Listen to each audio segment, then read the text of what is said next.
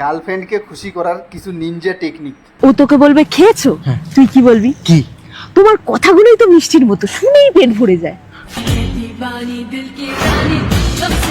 ও ধর তোকে বললো গুড মর্নিং, তুই কি বলবি? কি?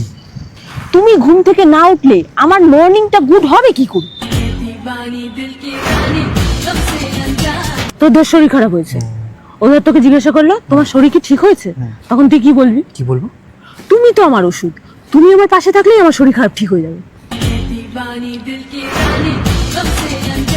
ও তোকে বলবে তুমি কি পাগল, তুই কি বলবি?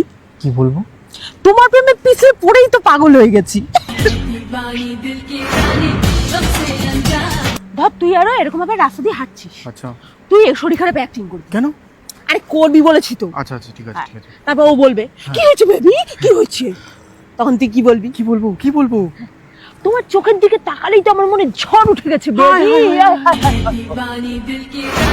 আরে বাপরে, আশীর্বাদ করি তুই সুখী হ, তোর বউ সুখী হোক।